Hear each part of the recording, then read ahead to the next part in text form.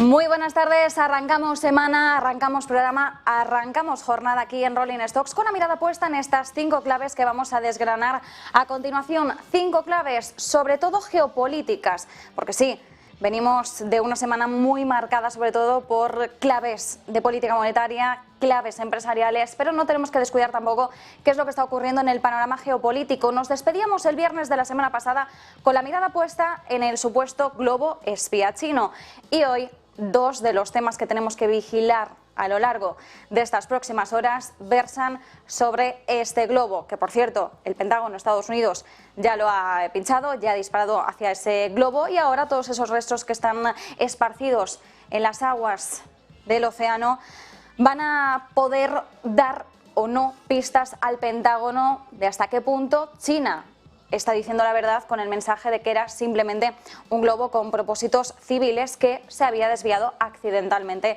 de su trayectoria. Este es el mensaje que desgrana el gigante asiático. Estados Unidos lo pone en duda y veremos hasta qué punto, y esta es la segunda clave que vamos a desgranar hoy, hasta qué punto Biden podría ejercer una presión mayor sobre el viejo continente para que tome partido entre un bando u otro. Estamos hablando ya de una escena geopolítica en la que claramente va a haber dos polos, uno el occidental, otro el oriental, uno dominado por Estados Unidos, el otro dominado por el gigante asiático. Y Europa tiene que decidir, bueno, esa es una pregunta, ¿tiene realmente que decidir el viejo continente? ¿Tiene que tomar partido en el asunto y decantarse por una u otra potencia? Bueno, parece que la administración Biden podría presionar hacia esas vías. Veremos cómo sale, airosa o no, de esta situación Europa. Tercera clave que vigilamos también. 5 de febrero ya ha pasado ese día, hoy estamos a día 6 de febrero, el 5 de febrero era un día clave porque entraban en vigor ya los nuevos topes y embargos a los productos derivados del crudo ruso. Recordemos que el viernes conocíamos ya el sí a los dos topes que se proponía desde el seno de la Unión Europea, uno en $100 el barril para aquellos productos más premium, como es el caso del diésel, otro en $45 el barril para aquellos productos que ya cotizan con descuento, como es el caso del fuel oil. Bien, entraba en vigor junto con estos topes el embargo, pero en medio de este panorama, India se presenta como un jugador clave. Y atención, porque el rol que va a tener en el mapa del petróleo mundial va a ser cada vez más clave. Enseguida se lo contamos. Cuarta clave que tenemos que vigilar. Bueno, las advertencias de Zelensky al final de este fin de semana, el domingo, que teme una acción simbólica por parte de Rusia a medida que nos vamos acercando ya al primer aniversario de la guerra. 24 de febrero, tal día como ese, en 2022, estallaba la guerra en Ucrania y con motivo del aniversario, Zelensky teme que Putin pueda tomar algún tipo de acción. Lo está advirtiendo y está pidiendo, por tanto, más ayuda bélica. Y la quinta clave hoy nos hace mirar también a una catástrofe natural como son esos terremotos que han sacudido Turquía y Siria, que estamos viendo cómo están engrosando por momentos la cifra de fallecidos. Así que también vamos a echarle un vistazo a cuáles podrían ser en estos momentos las principales acciones adoptadas por los países de la OTAN para suministrar ayuda a Turquía, a Siria y sobre todo cuál es el entorno que se dibuja, porque ha habido que también echar mano de algunos cierres en cuanto a petróleo y gas para evitar cualquier tipo de impacto negativo por temor a las sacudidas. Así que bien, estas van a ser las claves que vamos a vigilar a lo largo del día de hoy. Como decimos, empezamos con el globo espía chino. En este caso, bueno, se suponía que este fin de semana iba a suponer un paso hacia adelante en esas relaciones entre China y Estados Unidos, porque recordemos, en un principio se esperaba que este fin de semana llegase a Pekín el secretario de Estado de Estados Unidos, Antony Blinken. ¿Qué ocurre? Que al saberse todo este capítulo del globo chino, Antony Blinken al final decidía suspender este viaje. Decía que no se iba a producir en el clima más adecuado en las relaciones entre las dos potencias. Así que bueno, estamos viendo cómo esta saga del globo espía chino está hundiendo cada vez más las relaciones entre China y Estados Unidos, las está aproximando hacia una nueva crisis. Blinken, como decimos, pospuso su visita a Pekín. Y China mantiene o ha intentado mantener en todo momento un tono bastante defensivo pero cordial, diciendo que en ningún momento se trataba de un globo con motivos de espionaje, como decía el Pentágono. Las acusaciones del Pentágono, por tanto, han sido aplacadas de esta forma por China, que afirma que este globo tenía fines civiles de investigación climática, pero que se desvió accidentalmente. Sin embargo, el gigante asiático, que como decimos en un primer momento había tomado un tono mucho más moderado, sobre todo inicialmente de disculpa, de transmitir un malentendido, poco a poco ha sacado las garras a ver esa reacción de Estados Unidos que califica como exagerada. El gigante asiático asegura que el Pentágono está reaccionando de forma exagerada a esta situación. Este incidente nos indica, por tanto, y esa es la principal lectura que podemos hacer, que las relaciones entre ambas potencias no han tocado suelo. Como si de un gráfico bursátil se tratase, todavía vemos un margen para una mayor caída. El incidente del globo, de todas formas, solo supone una gota más en un vaso repleto de provocaciones y fracasos entre ambas partes en estas relaciones que se están fracturando cada vez con mayor profundidad. El globo, como decimos, el primer globo, ese que sobrevolaba espacio aéreo estadounidense, ha sido derribado. Estados Unidos decidía finalmente disparar hacia ese blanco después de que Joe Biden lo hubiera estado solicitando. Lo solicitaba desde el miércoles y, de hecho, también la administración Biden ha estado sumida a una gran presión a lo largo de estos días, sobre todo por parte del partido de la oposición, de los republicanos, que insistían en que Joe Biden tenía que tomar ya cartas en el asunto. Biden había solicitado ya ese permiso para disparar el miércoles, no ha sido hasta este fin de semana en el que se ha considerado que era seguro poder hacerlo. El gobierno de Biden ahora ha mandado ya buzos para encontrar esos restos de globo, como decimos, desperdigados en el océano, y espera, o al menos es la principal esperanza, encontrar un equipo, siguiendo con el argumento del Pentágono, un equipo que sea muy sofisticado, capaz de tomar imágenes en gran detalle y sensores con la finalidad de obtener mucha información. Eso es lo que espera encontrar en un primer momento la administración Biden. Sin embargo, si el discurso hasta el momento del gigante asiático es verídico, no tendrían por qué encontrar realmente ese tipo de equipo. Desde Estados Unidos, además, también quieren saber de dónde viene la tecnología utilizada por China en este globo aparentemente espía. Insistimos, esta es la versión de Estados Unidos. Sin embargo, ahora no solo tenemos que mirar a este globo, sino otro más, porque sí, ha aparecido un segundo globo y en este caso está sobrevolando la zona de América Latina. China mantiene en este caso el mismo mensaje que con Estados Unidos. Dice que se ha desviado accidentalmente de su trayectoria. Concretamente, dice que el globo es para fines civiles, es decir, que mantiene también una primera versión ya dada con Estados Unidos, que se ha visto afectado por el clima y que tiene una capacidad de dirección automática bastante limitada. Y ese sería el motivo por el cual parece que se ha desviado con relativa facilidad. De esta forma, China, insistimos, sigue manteniendo un mensaje neutral, desmiente que el globo tenga fines de vigilancia, como advierte el Pentágono, y de hecho el portavoz del Ministerio de Exteriores chino asegura que este globo ha hecho una entrada involuntaria en el espacio aéreo de los países que conforman Latinoamérica. Insiste en que el gigante asiático cumple el derecho internacional, que no representa ninguna amenaza para ningún país, pero Estados Unidos, como decimos, mientras tanto, mientras sigue oteando también la trayectoria de este segundo globo, avanza para recuperar los restos del globo ya derribado, el que sobrevolaba su propio espacio, y mira con mayor extrañeza al gigante asiático, porque, claro, el discurso de Estados Unidos versa sobre la siguiente cuestión: si el globo que sobrevolaba el espacio aéreo estadounidense era un caso aislado, como había dicho el gigante asiático, ¿por qué ha ocurrido lo mismo en Latinoamérica? Bien, el portavoz del Ministerio de Exteriores chino no ha querido responder a por qué China ha perdido el control de dos globos en el Océano Pacífico. Insiste el propio portavoz en que él no es un experto, así que no le conviene responder a esta pregunta. Así que entendemos que vamos a conocer a lo largo de las horas, a lo largo de los días, algún mensaje más detallado por parte del gigante asiático que pueda dar respuesta a esta situación y a los porqués que se están planteando, sobre todo desde Estados Unidos. Así que esta es la primera clave, como decimos, vigilando al supuesto globo espía chino, intentando ahondar en las causas, en los detalles y sobre todo en los mensajes que van aportando una y otra parte, Estados Unidos y China. Pero Lo miramos también por una tercera vertiente. ¿Qué ocurre con Europa? ¿Hasta qué punto la administración Biden podría presionar al viejo continente para que tome un bando? Bien, para los gobiernos europeos, estas mayores tensiones que estamos viendo entre Estados Unidos y China se traduce sobre todo en problemas.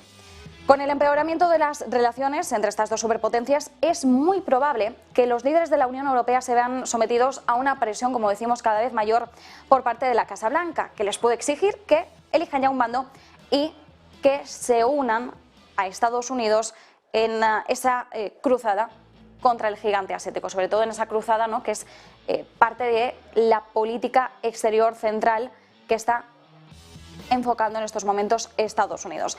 Eso por un lado, pero por otro tenemos que mirar a la guerra. ¿Por qué? Pues porque lo que teme Europa y lo que teme sobre todo Ucrania, ya lo hemos dicho que era una de las advertencias de Volodymyr Zelensky, es que Rusia esté preparando ahora mismo una nueva ofensiva en Ucrania durante las próximas semanas con motivo del aniversario de la guerra, que va a ser el 24 de febrero. Sin embargo, los diplomáticos europeos temen que este incidente del globo desvíe la atención de Estados Unidos, es decir, que Estados Unidos ahora mismo no esté tan centrado en el problema urgente geopolítico de la guerra en Ucrania, sino que desvíe la atención hacia China, en un momento en el que sobre todo Ucrania necesita del apoyo estadounidense. Ya hemos visto cómo el apoyo de Estados Unidos es crucial porque Europa flaquea y mucho en esa capacidad militar y en este caso Estados Unidos es un actor crucial. Bien, la política de exterior de Estados Unidos, que todavía está comprometida con el apoyo militar a Ucrania, como decimos, podría verse distraída por esta escalada de la tensión con China. Y este es uno de los principales temores de Europa en su conjunto, pero sobre todo en concreto de Ucrania. Hemos visto cómo los políticos estadounidenses, sobre todo el partido de la oposición, pide más atención sobre China, sobre todo desde que comenzó la guerra en Ucrania hace un año. Y a medida que se está agudizando esta tensión entre Estados Unidos y China, va a haber probablemente una mayor presión para Europa, que además tenemos que tener en cuenta que cuando hablamos de Europa hablamos de todo un continente y cada uno de los países que conforman el continente europeo tiene una política distinta hacia China. Entonces, la posición general de Europa hacia el gigante asiático es bastante diversa. Y en este caso, la realidad es que si el mundo está cada vez más dividido en dos polos, como decíamos, Occidente, Oriente, con Estados Unidos y China a la cabeza de cada uno de los bandos, a la Unión Europea, a los europeos en su conjunto, no les va a quedar más remedio que en algún momento tomar partido, o al menos hacia esas vías nos estamos adentrando. Parece que ahora mismo el camino único sería ese, el tomar partido, el tomar un bando y en función de eso dirigir la política exterior. Bien, Europa depende del paraguas de Estados Unidos, esto está muy claro, y el hecho de que Estados Unidos esté más pendiente de China no son buenas noticias para la Unión Europea, porque además para Europa Rusia sigue siendo la principal preocupación en estos instantes. Para Europa además el incidente del globo espía chino también se produce en un momento inconveniente. Como decimos, ahora mismo bastantes países europeos están intentando reforzar los lazos con China.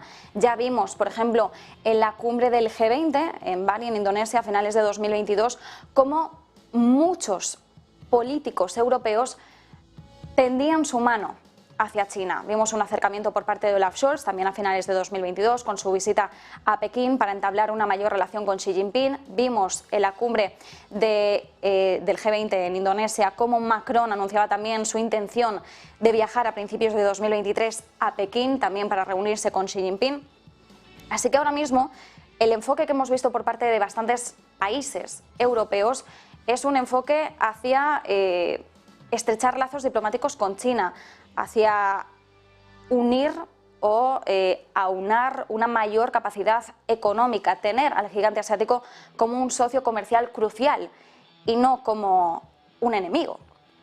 Así que en este caso Europa tiene bastantes escollos a la hora de ceder a la presión de Biden. Pero claro, también tenemos que tener en cuenta que si Europa mira a China como un socio comercial crucial, también tiene que tener en esa misma categoría a Estados Unidos. Europa también depende y mucho y cada vez más de Estados Unidos. Entonces, esa es sobre todo ese es el principal dilema que se plantea respecto a esta nueva tensión para el viejo continente. Como decimos, Macron ha anunciado recientemente esa intención de reunirse con Xi Jinping. Olaf Scholz, ya hemos visto también unos acercamientos bastante interesantes. Charles Michel también a finales del año pasado viajaba a Pekín para reunirse también con Xi Jinping. Así que este último estallido de tensión entre China y Estados Unidos significa que ahora vamos a tener que observar con una mayor atención cómo reacciona China, si estos viajes por parte de Europa hacia Pekín se tratan como un éxito, por ejemplo, un éxito propagandístico para la propia China, para dividir esos lazos transatlánticos, como para lanzarle un mensaje a Estados Unidos de ojo, que yo también tengo el favor de los europeos, que no solo es cosa tuya. Entonces, en este caso, vamos a tener que poner el foco cada vez con una mayor agudeza. Según un informe además del Wall Street Journal, China se está convirtiendo en un proveedor dominante de bienes de doble uso para Rusia. Le está proporcionando al ejército de Moscú la tecnología necesaria para seguir avanzando en la guerra en Ucrania. Esto es lo que nos indica un informe reciente de Wall Street Journal, aunque China ha negado en todo momento esa ayuda militar directa a Rusia. Pero es una de las sospechas de Occidente que parece que cada vez está cogiendo más fuerza, aunque todavía hay que conocer los detalles y efectivamente hay que conocer la confirmación por parte del gigante asiático. Pero estas son informaciones que están llegando y que están enturbiando todavía más este panorama, como decimos, en un triángulo en el que Europa cada vez va a tener una mayor presencia. Estados Unidos y China acrecentando las tensiones, pero Europa como un tercer jugador que, aunque no quiera mojarse, quizás en algún punto la administración Biden se lo exija. Así que la política exterior de Europa para este 2023 podría definirse por dos escenarios. Por un lado, esa indecisión europea respecto a China y por otro lado, el apetito o las ganas de Estados Unidos por proporcionarle defensa a Europa, probablemente cada vez con más condicionantes respecto a la postura que Europa adopte hacia China. Así que estas serían las dos principales claves, como decimos, mirando a todas las vertientes, todos los frentes que nos aporta el nuevo conflicto entre Estados Unidos y China con motivo del globo de espionaje, según dice el Pentágono chino. Pero tenemos que mirar a otras cuestiones. Como decimos, 5 de febrero entra en vigor ya los nuevos topes a los productos derivados del crudo ruso y también el embargo por parte de la Unión Europea. Y aquí India juega un papel crucial. ¿Por qué? Pues porque lo que estamos viendo es que Rusia está consiguiendo que sus productos refinados lleguen a Europa por otra vía. Y esta vía es la India, porque está desempeñando este país un papel cada vez más importante en los mercados petroleros mundiales. ¿Qué está haciendo? Pues que compra cada vez más petróleo y además barato de Rusia y lo refina, India lo refina en sus propias refinerías nacionales para vendérselo como combustible a Europa y a Estados Unidos. Ojo, que India aquí no se está saltando nada, es algo que de hecho los propios expertos estadounidenses dicen que era una vertiente, una característica con la que ya contaban y que forma parte del plan conjunto. Bien, a medida que Europa está aumentando las sanciones, India va a pasar a tener un rol cada vez más central en este mapa del petróleo mundial que comenzó a rediseñarse, podríamos decir, después del estallido de la guerra en Ucrania hace ya casi un año. Y Estados Unidos,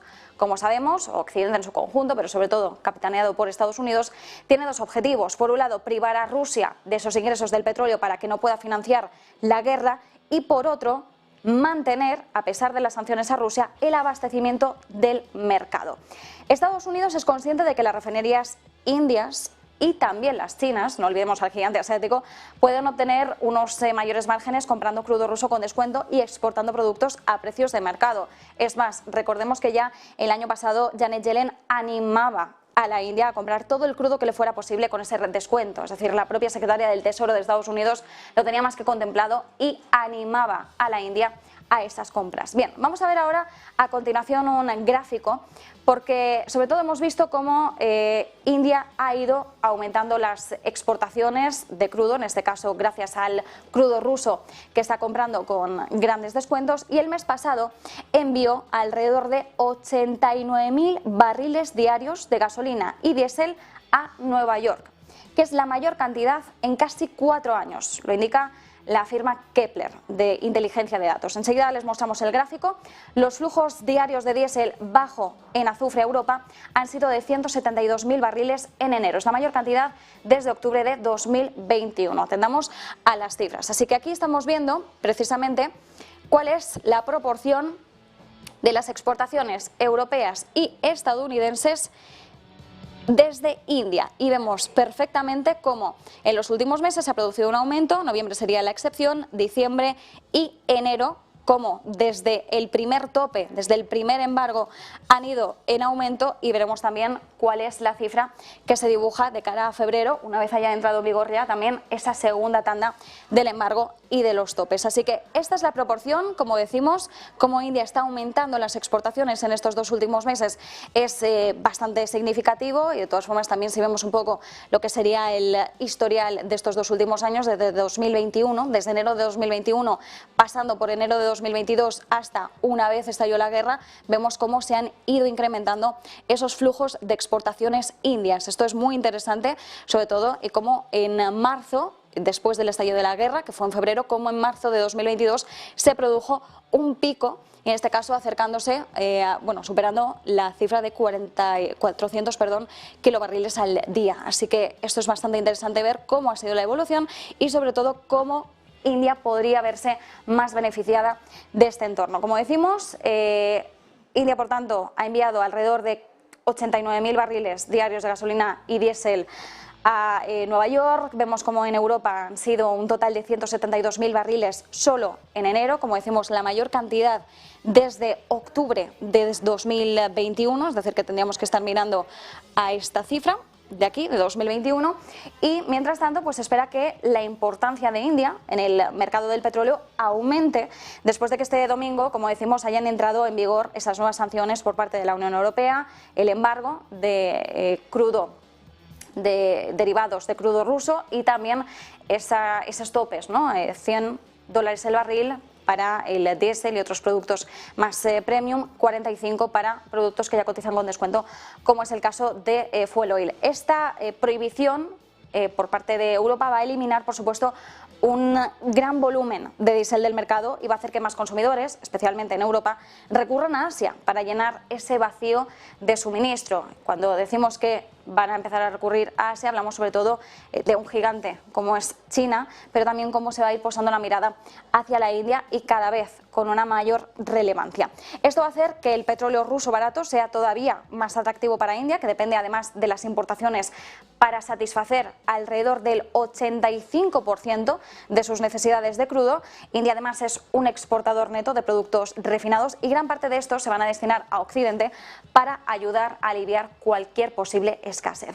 Según las pautas de la Unión Europea, como decíamos, India va a cumplir con las reglas, es decir, cuando el crudo ruso se procesa en un país fuera del bloque, como es el caso de India, los productos refinados pueden enviarse sin ningún problema a la Unión Europea porque no se considera que sean de origen ruso. El G7 está dispuesto a reducir los ingresos de Moscú tanto como sea posible, pero también tiene un interés en garantizar, como decíamos, que el petróleo y también los productos refinados del crudo ruso continúen fluyendo para evitar que se produzca toda una crisis de suministro global. Y esas son las dos patas, ¿no? Por un lado, garantizar que siga habiendo ese suministro, ese abastecimiento. Por otro lado, garantizar que Rusia tiene menos ingresos para financiar la guerra en Ucrania. Esta es la posición de Occidente a la hora de tomar estas medidas, a la hora de aplicar estas sanciones, estos topes, estos embargos. Vamos a ver a continuación también otro gráfico en el que vamos a ver un poco cuál ha sido la evolución de la referencia de los Urales, porque una faceta clave de este mecanismo para reducir los ingresos de Rusia y mantener también algo de petróleo en el mercado ha sido el tope del precio del crudo ruso y ahora también de esos derivados del crudo, que es una medida encabezada por Estados Unidos al frente del G7 y además también cómo metió a Europa en ese poder de decisión. India no ha hecho públicamente, no ha dicho de forma pública si se va a adherir o no a estos límites, pero las sanciones han llevado al crudo ruso por debajo de los $60 el barril. Es más, hemos estado viendo cómo la evolución de los Urales, que ya de por sí cotizaba por momentos algo más baja que esa referencia del Brent, ha ido incrementando lo que sería ese gap a lo largo, sobre todo, del punto del estallido de la guerra en Ucrania, es decir, a partir de febrero, como ese movimiento que era bastante similar fue poco a poco dibujando este gap, este hueco entre las dos referencias, entre el Brent y la referencia de los Urales, que sería la referencia aplicada a Rusia. Entonces, bueno, estamos viendo cómo poco a poco va cotizando. Ha habido momentos en los que hemos visto en este último mes, en enero, a la referencia de los Urales cotizar por debajo de los $40 el barril, ahora ha vuelto a situarse algo por encima, pero como vemos, más o menos desde noviembre, diciembre de 2022 está cotizando por debajo de los $60 el barril, así que ya está cotizando de por sí con un gran descuento y era una de las principales cuestiones por las que no se entendía que el tope al crudo ruso en un primer momento se aplicara en $60 el barril, porque era un nivel que realmente estaba por encima de lo que ya estaba cotizando de por sí esta referencia. Bien, ¿qué es lo que dicen desde Estados Unidos? Pues que el hecho de que India pueda comprar el crudo ruso con un descuento mayor es una característica, no un error, en el plan de Occidente para mantener al mercado bien abastecido y privar a Rusia de los ingresos de petróleo. Es decir, que no importa que el crudo que llegue sea de origen ruso, siempre y cuando Rusia haya perdido dinero con ello. Así que nosotros nos quedamos pendientes, como decimos, de esta cuestión. Mapa energético, mapa también, por tanto, geopolítico. La otra cuestión también geopolítica nos hace mirar a las últimas advertencias de Volodymyr Zelensky, que afirma que Putin está preparando una acción simbólica para el aniversario de la guerra, en el entorno del 24 de febrero. Teme que Rusia prepare en febrero alguna acción simbólica, la ha calificado de esta forma, y este domingo advertía del riesgo de que las Fuerzas Armadas de Rusia estén preparando algo simbólico coincidiendo con este primer aniversario. Insiste en que Ucrania está percibiendo una mayor presión en algunas zonas en el frente del combate y también presión en el campo de la información. Insiste Zelensky en que no importa lo duro que sea, cuánta presión haya, que Ucrania podrá con ella. Y así lo subrayaba, como decimos, en la comparecencia, en el comunicado que hacía este domingo. Sigue pidiendo que todos los aliados aumenten el apoyo bélico para que Ucrania pueda resistir y también vencer en el frente. Y estas palabras, estos mensajes son bastante interesantes porque nos dan contexto respecto a lo que vamos a ir viendo a lo largo de la semana, porque el jueves en Bruselas se produce una cumbre muy importante. Tenemos cumbre de jefes de Estado y de Gobierno. La Unión Europea espera que Zelensky participe en esta cumbre, pero no solo que participe, sino que asista, pero por el momento, por cuestiones de seguridad, no está esto confirmado. Si hay un entorno de seguridad, Zelensky podría asistir a esta cumbre en Bruselas. Sería su primera visita a Europa desde el inicio de la guerra. No hay confirmación oficial, insistimos, de esta visita. Las fuentes europeas alegan cuestiones de seguridad para evitar una respuesta directa y, por tanto, lo que se ha explicado hasta ahora es que no se puede ni confirmar ni desmentir esta información, pero, insistimos, jueves hay una cumbre importante en Bruselas de líderes de gobierno, jefes de Estado, en la que podría participar Volodymyr Zelensky y entendemos en la que se va a hablar y mucho de cuáles pueden ser los avances ahora respecto a la guerra en Ucrania. Y última clave que vigilamos hoy: terremoto en Turquía y en Siria. Dos terremotos los que se han producido, los más agresivos en décadas, que han provocado ya más de 1000 muertes y han obligado a detener los flujos de petróleo. El primer terremoto que se ha producido, de magnitud 7,8, sacudía ambos países, y el balance de fallecidos no queremos decirlo de forma muy concreta porque estamos viendo cómo, conforme pasan las horas, va incrementando. O sea, sé que por el momento sí que hablamos de más de 1000 fallecidos, pero en cuestión de horas podríamos estar hablando de mucha más gente todavía que no haya sobrevivido a estas sacudidas. Entonces, las autoridades turcas hemos visto cómo han solicitado este lunes ayuda de emergencia a los aliados de la OTAN. El Centro Euroatlántico de Coordinación de Respuesta a Desastres ha confirmado esta petición de Turquía, que solicita además al resto de aliados equipos médicos de emergencia, equipos de rescate, búsqueda de supervivientes y también hospitales de campaña para condiciones climáticas extremas. Tayyip Erdogan se pronunciaba después del primer terremoto, insistía en que esta sacudida ha sido el desastre más fuerte en un siglo. Turquía detenía los flujos de petróleo a la terminal de exportación de Ceyhan en la costa mediterránea como medida de precaución, aunque no se han detectado fugas por el momento en los oleoductos que alimentan crudo a la instalación. Ceyhan, por si no les suena, es un centro vital para las ventas de petróleo del norte de Irak y de Azerbaiyán. El puerto, de hecho, en enero exportó más de 1 millón de barriles diarios, el 1% de los suministros mundiales de petróleo.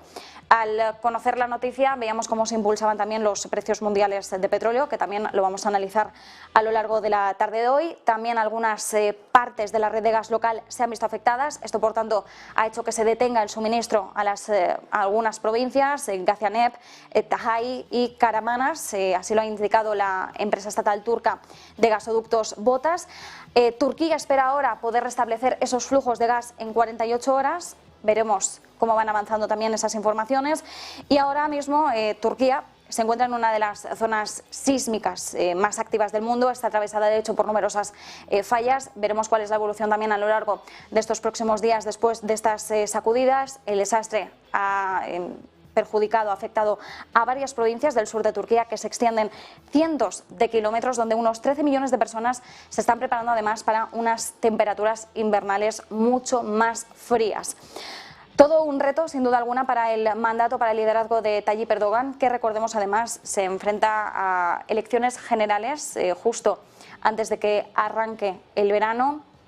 En mayo, junio vamos a tener ya esas elecciones en Turquía y, desde luego, como decimos, esto supone un reto abismal para Recep Tayyip Erdogan, que ya de por sí tenía el reto de poder asegurarse renovar la victoria en medio del papel que ha tenido Turquía, sobre todo como mediador o intento de mediador respecto a las tensiones entre Rusia y Ucrania. Así que nos quedamos también pendientes de conocer más detalles, iremos avanzándoles toda la información nueva que vayamos conociendo también sobre este desastre natural.